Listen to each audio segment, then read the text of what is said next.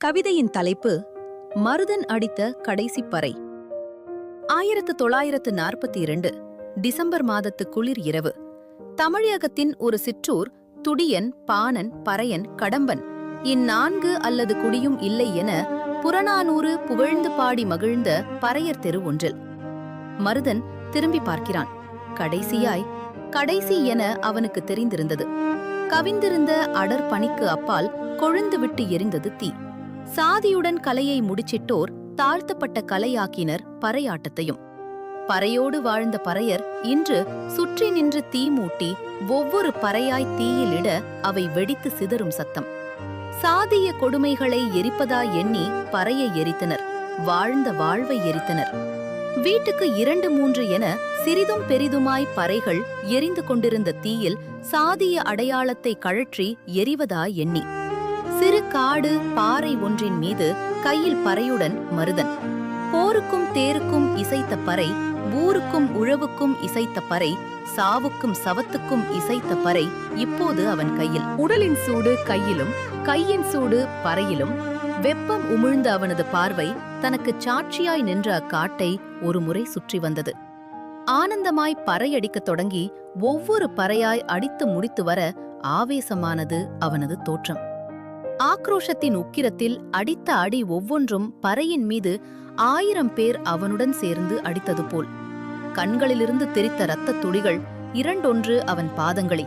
புடைத்து வெடித்தெழுந்த நரம்புகள், குத்திட்ட உடலின் மயிர்கால்கள், உடலில் பெருகிய வியர்வை அவைகளின் ஊடே ஆறு போல் கீழே ஓட. ஒவ்வொரு அடிக்கும் பொருத்தமாய் உடல் அசைவு, காலை சவு, கண்ணசைவு. இதுவரை மருதன் அடித்ததில்லை பறை இப்படி. ஒவ்வொரு அடியும் முந்தைய அடியினும் வேகமாய். சில அடிகள் பூமியை கிழித்து கீழே இறங்கும் இடி போல. உரசிக்கொண்ட ஒலிகளிலிருந்து தீப்பொறி, உடலைச் சுற்றி வெம்மையின் வட்டம். மின்னலும் இடியும் பறையின் அடிக்கு இயற்கையின் எதிர்வினையாய். இசைத்தந்த கருவிக்கு இடும் தீ நமக்கே இட்ட தீ. இதை எண்ணி எண்ணி தீப்லம்பானது மருதனின் மூச்சு. வானும் வானிலிருந்த நிலவும் வெகு தூரத்து நட்சத்திரங்களும் கேட்கட்டும் என அவனது ஒவ்வொரு அடியும் பலமாய் பலம் கொண்ட மட்டும். சாதிய விலங்குகளை ஒரே அடியில் அடித்து உடைக்க அடிக்கும் அடியாய் நினைத்து அவனது ஒவ்வொரு அடியும். அடிக்க அடிக்க பறையிலிருந்து நெருப்பு பொறி, சுற்றிலும் தீ. மரங்களில், இலைகளில், பூக்களில், பறவைகளின் கூட்டில் பறை பற்ற வைத்த தீ, பறை தந்த இசை பற்ற வைத்த தீ. தீயில் இட்ட கருஞ்சிவப்பு மெழுகுச்சிலை தலை முதல் பாதம் வரை மெதுவாய் உருகி ஒழுகுவதைப் போல் மருதனின் உடலிலிருந்து சதையோடு இரத்தம் சேர்ந்து ஒழுக, தாளம் சிறிதளவும் பிசகாத இசை பறையிலிருந்து தடையின்றி. உடலின் இரத்தம், மூச்சு, உயிர் எல்லாம் மெதுவாய் வெளியேற உடல் பனிக்கட்டி போல் உருகுவதாய் உணர்ந்தான் மருதன். பறையோடு எரிந்ததில் பேரானந்தம் அவன் உடல் முழுக்க தீயாய் நெருப்பாய் பொங்கியது. பறைக்கு பறையர் வைத்த தீயும் பறை பற்ற வைத்த தீயும் அந்த ஊரின் இரு வேறு இடங்களில். சாகும் முன் கடைசி ஆசை எதுவென மருதனை கேட்டோர்க்கு பறையுடன் சாவதே தன் கடைசி ஆசை என்பான் அவன். அப்பறை தந்த இசையோடு கலந்து கரைந்தது மருதனின் உடல் உயிர் இரண்டும். பெய்த பெருமழையில் கரைந்த சாம்பலில், அது கலந்த மண்ணில் இன்றும் மருதன்.